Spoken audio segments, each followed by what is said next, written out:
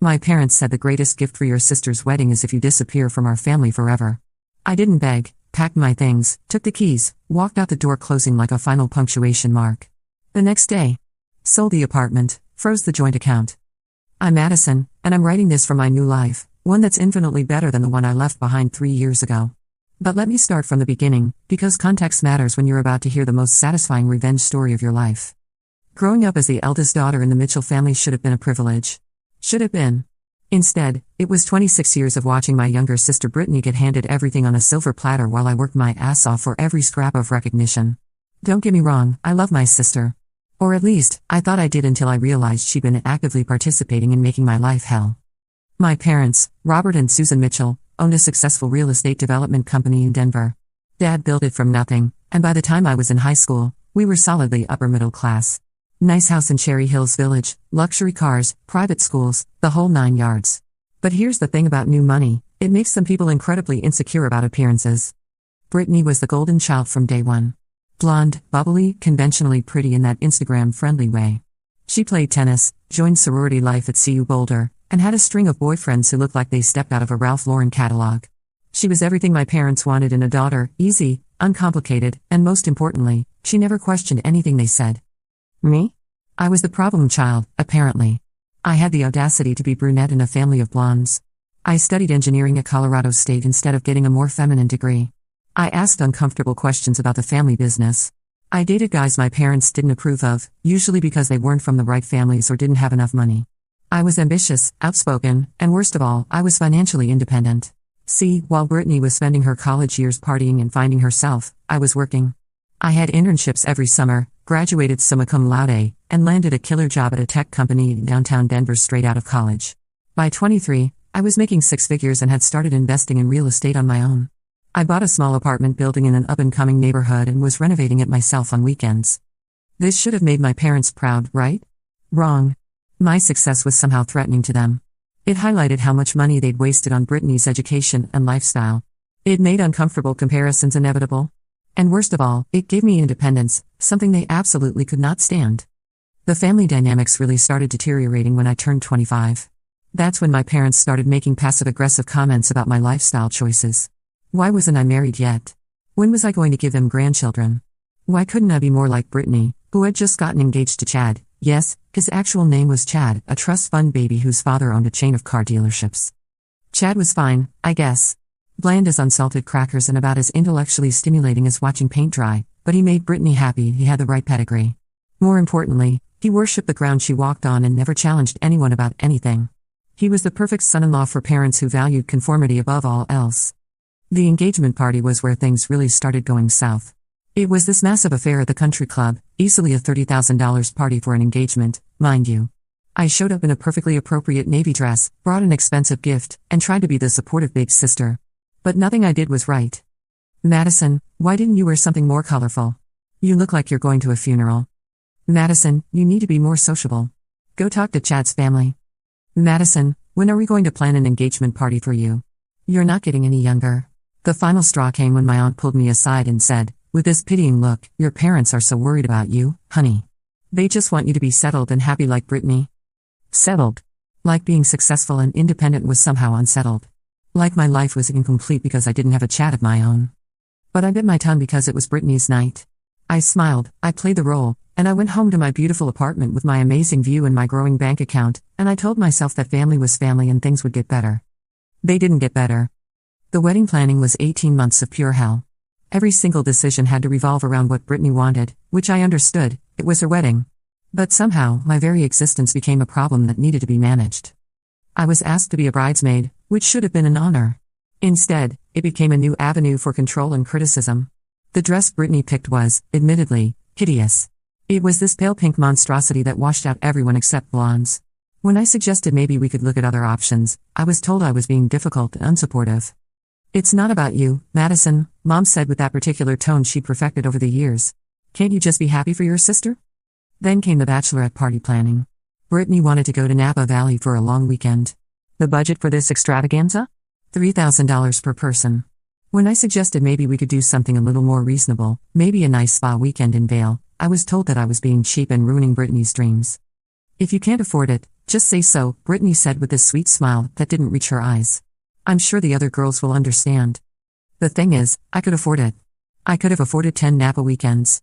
But the principle of spending $3,000 on a bachelorette party when some of the other bridesmaids were struggling financially just seemed wrong to me. But I paid up because, once again, it was easier than fighting. Then came the wedding shower, where I was expected to help coordinate and pay for, despite the fact that Mom and Susan, Chad's mom, were supposedly handling everything. Every week there was a new expense, a new expectation, a new way that I was failing to live up to their standards. The breaking point started building about 2 months before the wedding. I was at my parents' house for Sunday dinner, a command performance I'd been attending religiously since moving back to Denver, when Dad brought up the Madison situation. We need to talk about your attitude, he said, setting down his fork with that serious expression he used when discussing business deals. Your mother and I have been getting feedback from people about your behavior at wedding events. Feedback? Like I was an employee being reviewed. What kind of feedback? I asked, genuinely confused. I had been nothing but supportive, despite my private reservations about the expense and drama. You seem reluctant, Mom chimed in. People notice when you're not enthusiastic. It reflects poorly on our family. I'm enthusiastic, I said. I've participated in every event, paid for everything I've been asked to pay for, and I've never said a negative word about any of it. It's not what you say, Brittany said, speaking up for the first time. It's your energy. You bring this negative vibe to everything. Like you think you're better than all of us. This was rich coming from someone whose biggest accomplishment was getting engaged to a trust fund baby, but I kept that thought to myself. I don't think I'm better than anyone, I said carefully. If I've given that impression, it wasn't intentional. The thing is, Dad continued, this wedding is really important to our family. It's a big social event, and a lot of important people will be there. We can't afford to have any complications. Complications. That's what I was to them. A complication. What are you asking me to do, exactly? I said. The three of them exchanged looks. Mom cleared her throat. We think it might be best if you toned down your presence. Maybe participated less visibly in the actual ceremony. You want me to step down from being a bridesmaid? Not step down exactly, Brittany said quickly. Maybe just, I don't know, do a reading instead? Or help coordinate behind the scenes? What they were really asking was for me to make myself smaller, less noticeable, so I wouldn't overshadow Brittany's big day with my problematic existence. The successful daughter needed to dim her light so the golden child could shine brighter. I agreed, because I'm an idiot who still believed that family came first. But it didn't stop there. Over the next month, I was systematically removed from every visible role in the wedding. No bridesmaid duties. No reading. No special seating. I was relegated to general family and told that I could help out behind the scenes if I wanted to feel involved. The final insult came 2 weeks before the wedding. I was at my apartment, working on a presentation for a huge client meeting, when my phone rang. It was Mom. Madison, we need to talk. Can you come over? Something in her tone made my stomach drop, but I said yes because I always said yes. I drove to their house in Cherry Hills Village, the house I'd grown up in, the one that used to feel like home but had increasingly felt like enemy territory. Both of my parents were waiting in the living room, sitting in those formal chairs they only used for serious conversations. Sit down, honey, Mom said, and the endearment sounded forced. I sat on the couch across from them, feeling like I was about to be fired from a job I didn't even know I had. Madison, Dad started, your mother and I have been doing a lot of thinking about the wedding and about our family dynamic in general. Okay, I said carefully. The thing is, Mom continued, we love you, but we think maybe you need some time to figure things out. Find your place in this family. I don't understand. Dad leaned forward. The wedding is really important to Brittany, and to us. It's her special day, and she deserves to have everything perfect. I agree, I said. I've been trying to be as supportive as possible. That's just it, Mom said.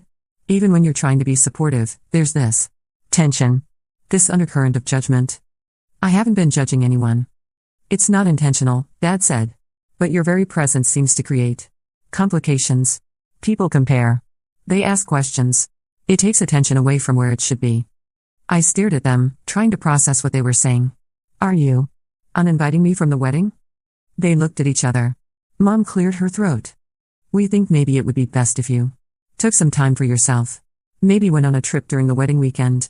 Something just for you. You are uninviting me. It's not forever, Dad said quickly. Just until things settle down. Until you can find a way to be part of this family without causing drama. What drama? What have I done? It's not what you've done, Mom said. It's who you are. You're different from us. You have different values, different priorities. And that's fine, but it makes family gatherings difficult. The room went very quiet. I could hear the grandfather clock ticking in the hallway, the sound of a neighbor's dog barking, the hum of the air conditioning. Normal sounds of normal life happening around this completely abnormal conversation. So you want me to skip my sister's wedding because my existence makes people uncomfortable? We want you to think about whether you really want to be part of this family, Dad said. And if you do, what you're willing to change to make that work. I sat there for a long moment, looking at these people who had raised me, who were supposed to love me unconditionally, who were basically telling me that their love came with conditions I could never meet. And if I don't skip the wedding? Another long pause. Madison, Mom said softly, the truth is, we think maybe the greatest gift you could give your sister for her wedding would be if you just disappeared from our family. Forever. The words hung in the air like a toxic cloud. I waited for one of them to take it back, to say they didn't mean it, to show some sign that they realized how devastating what they just said was. Instead, Dad nodded. It would solve a lot of problems. I looked at my mother, the woman who had given birth to me, raised me, supposedly loved me. She couldn't meet my eyes. So that's it? I said. 26 years of being your daughter, and you want me to just disappear? You could stay in touch, Mom said weakly. Maybe we could have lunch occasionally. But the family events, the holidays, the big gatherings. It might be better if you weren't there. I stood up. My legs felt shaky, but I managed to stay upright. Okay, I said. They both looked surprised, like they'd expected me to fight or beg or promise to change. Okay? Dad repeated. Okay. I'll disappear. I walked out of that living room, through the foyer with its ridiculous chandelier and marble floors, past the family photos that prominently featured Brittany and barely included me, and out the front door. I didn't slam it. I didn't make a scene. I just closed it quietly behind me, like a final punctuation mark on the sentence of my relationship with the Mitchell family. I sat in my car in their circular driveway for about 10 minutes, trying to wrap my head around what had just happened. Then I drove home to my apartment, poured myself a very large glass of wine, and started making a list. See, here's what my parents didn't know about me. When I'm hurt, I don't get sad. I get methodical. They wanted me to disappear? Fine. I would disappear. But I was going to do it in a way that left a mark. The first thing I did was call my lawyer. Yes, I had a lawyer. When you own rental properties and run a business, you need legal counsel.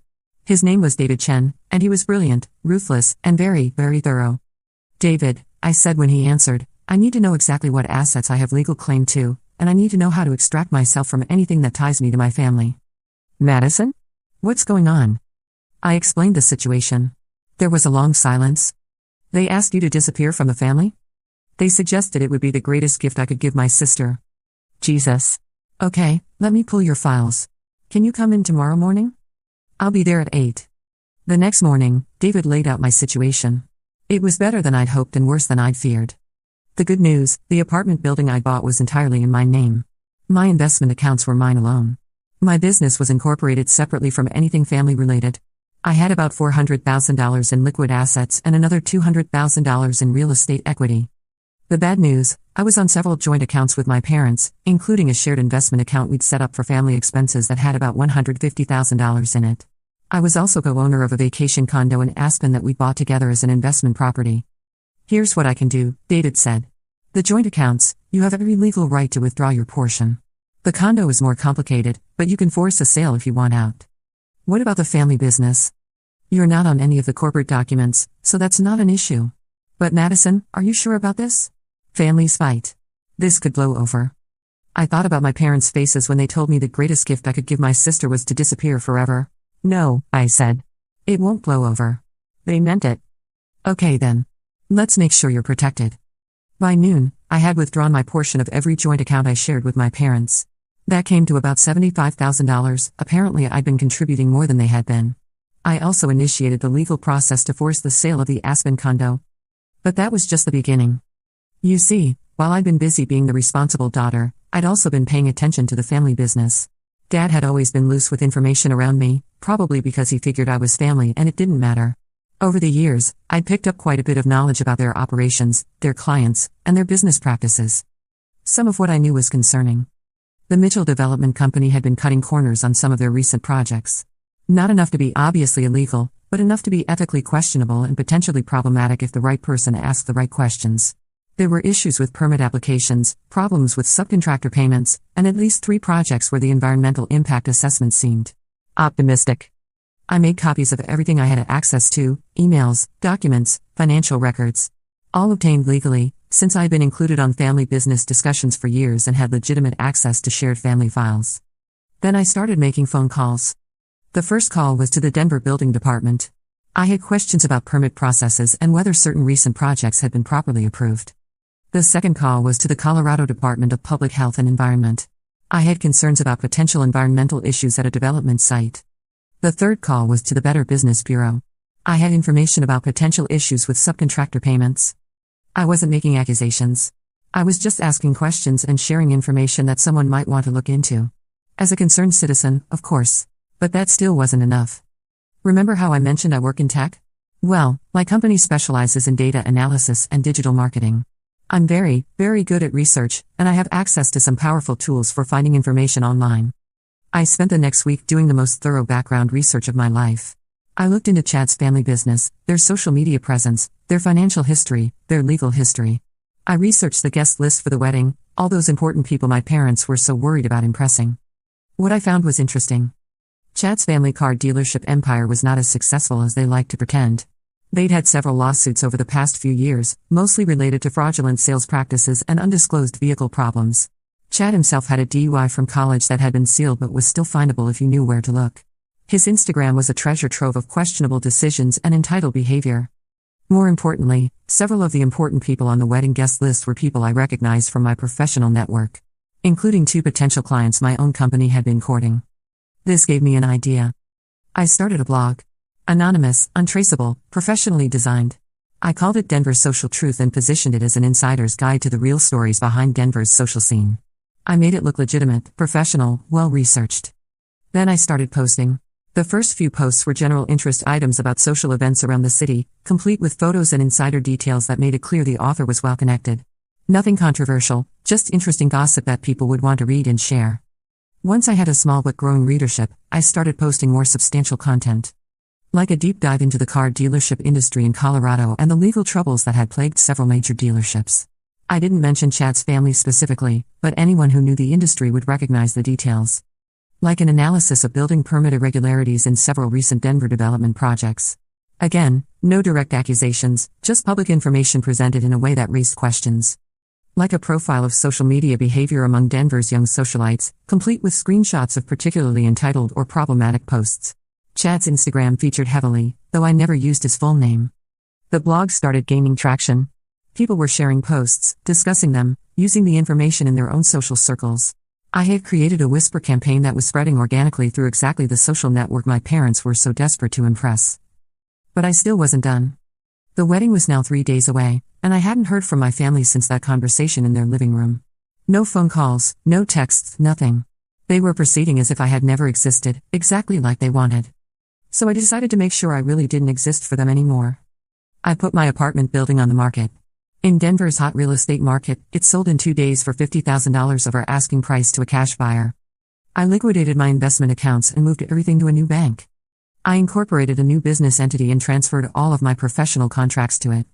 I hired a moving company and had all of my belongings packed and shipped to a storage facility in Austin, Texas.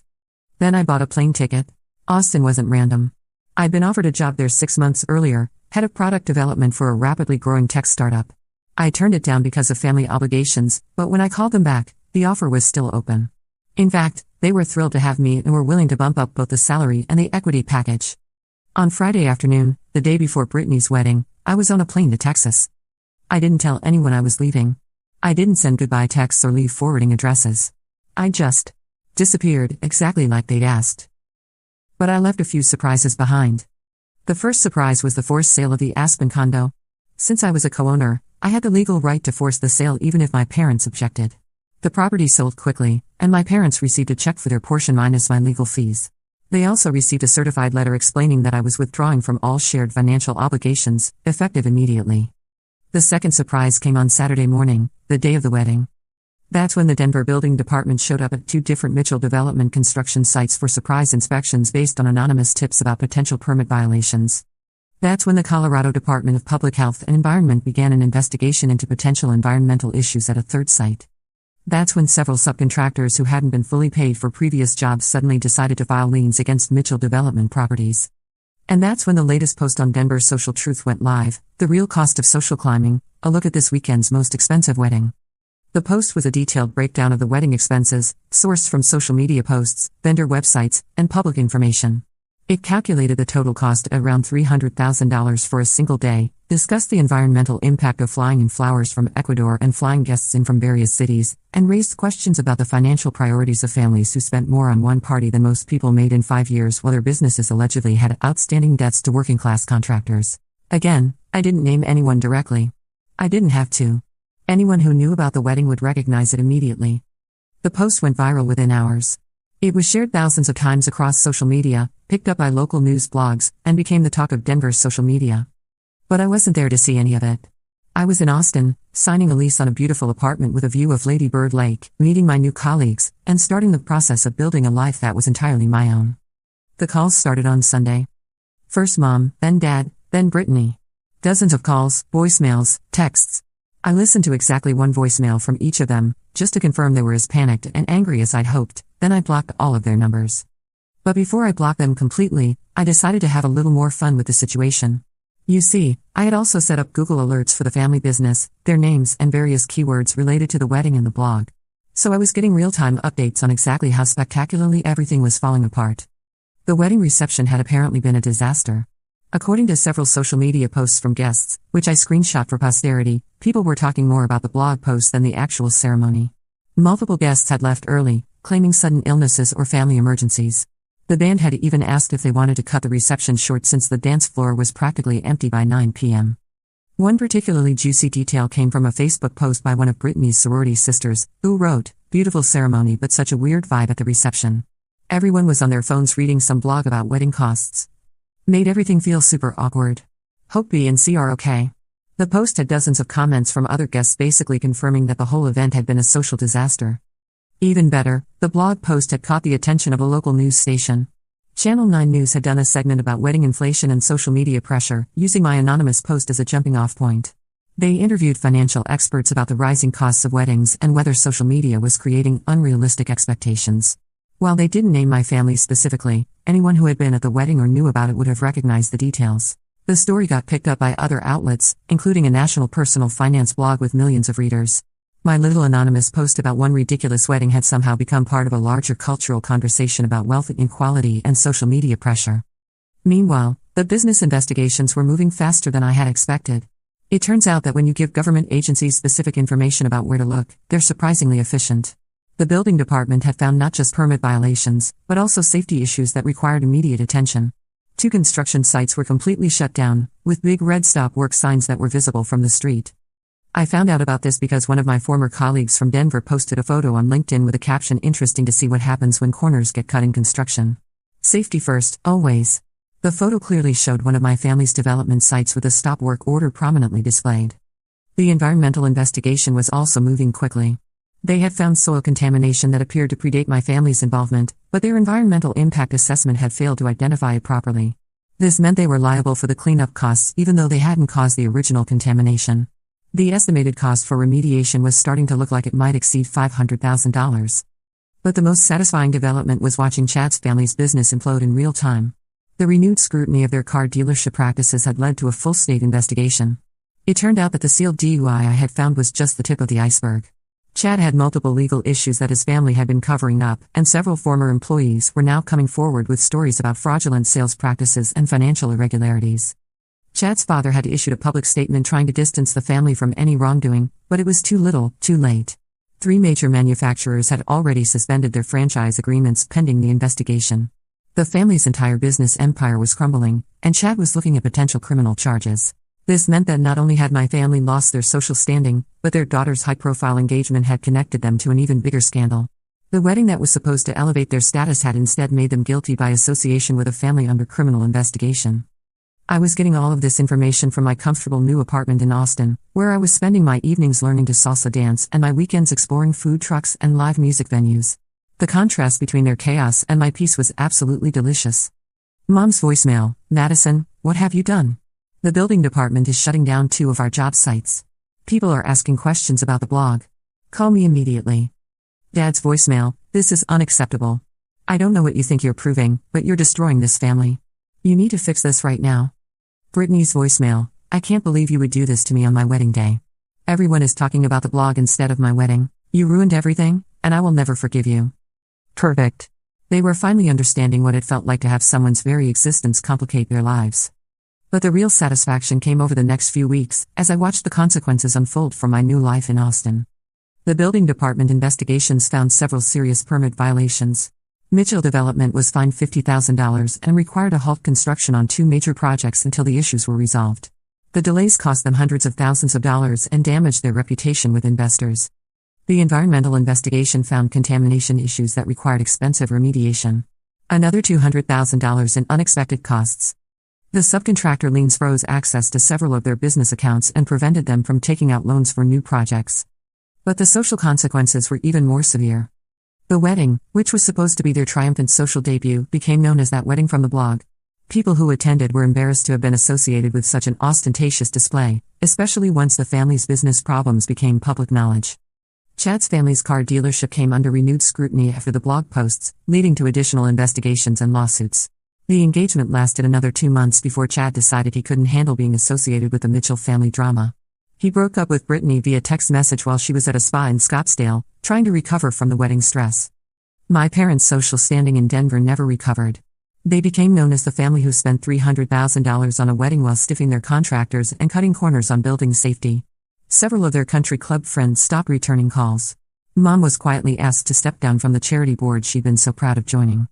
Meanwhile, I was thriving in Austin. My new job was challenging and rewarding, my colleagues were brilliant and supportive, and I was making more money than I'd ever dreamed of. I bought a beautiful house in South Austin, joined a hiking club, started dating a wonderful guy named Marcus who was a professor at UT and thought my ambition was sexy rather than threatening. For the first time in my adult life, I was surrounded by people who appreciated me for who I was rather than constantly trying to change me into someone else. But the story doesn't end there.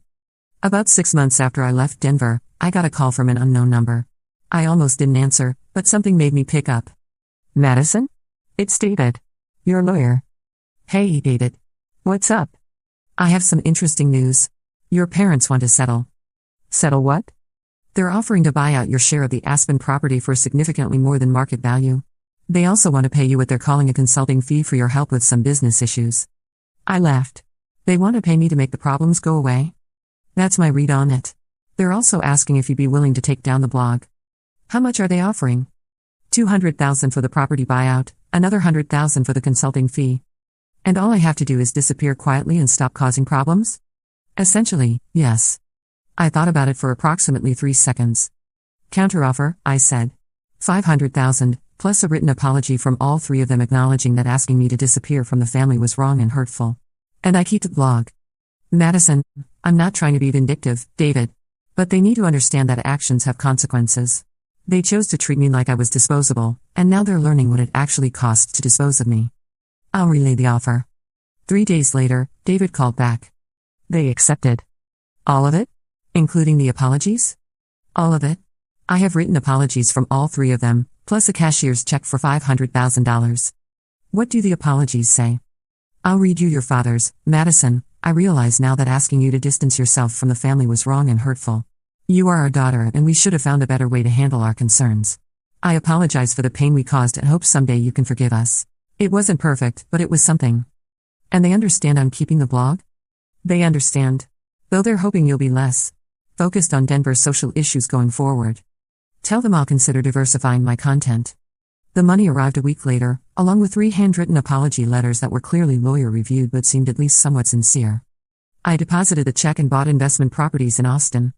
I didn't shut down the blog, but I did start covering social issues in other cities. Denver's Social Truth became simply Social Truth, and it developed a national following. I never posted about my family again, but the original post stayed up as a reminder. And that brings us to today, 3 years later. I'm 30 years old, I own 3 rental properties in Austin, I'm about to be promoted to VP at my company, and I'm engaged to Marcus, who proposed at the top of Mount Bonnell with a ring he designed himself and a speech about how much he admired my independence and strength. Last month, I got a wedding invitation in the mail. Brittany was getting married again, this time to someone named Tyler who worked in finance and seemed like a significant upgrade from Chad in the personality department. The invitation was addressed to Ms. Madison Mitchell at my Austin address. I realized they must have hired a skip tracing service or private investigator to find my current address, since I hadn't exactly left a forwarding address when I disappeared. I stared at that invitation for a long time, thinking about what it represented. An olive branch. An acknowledgement that I existed. An admission that maybe they wanted me back in their lives.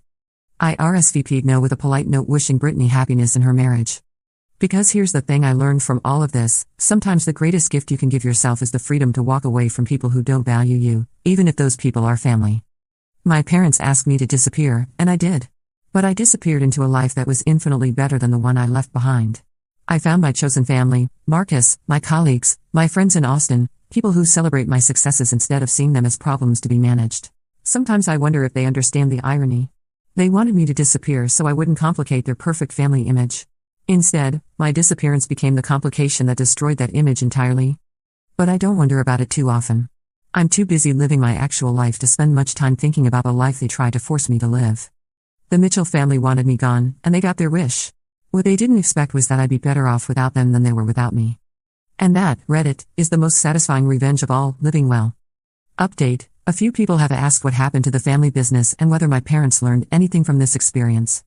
Mitchell Development Company never fully recovered from the investigations and bad publicity. They had to scale way back, let go of most of their employees, and Dad eventually sold what was left of the business to a larger company.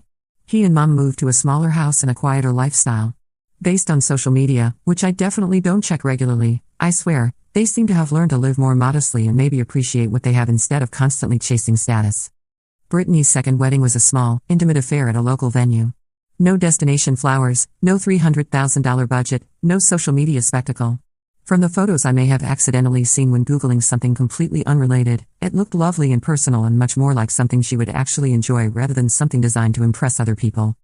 I heard through mutual acquaintances, Denver isn't that big a city, that they speak about me sometimes, usually when someone asks about their other daughter. Mom apparently says I'm doing well in Texas and changes the subject. Dad tells people I work in tech and lets it at that. Brittany, according to one friend who knew us both, said she hopes Madison is happy but doesn't elaborate. It's not the relationship I would have chosen, but it's honest in a way our family dynamics never were before. They know I exist, they know I'm successful and happy, and they know that the door they ask me to walk through only swings one way. Sometimes the best revenge really is just living your best life and letting other people live with the consequences of their choices.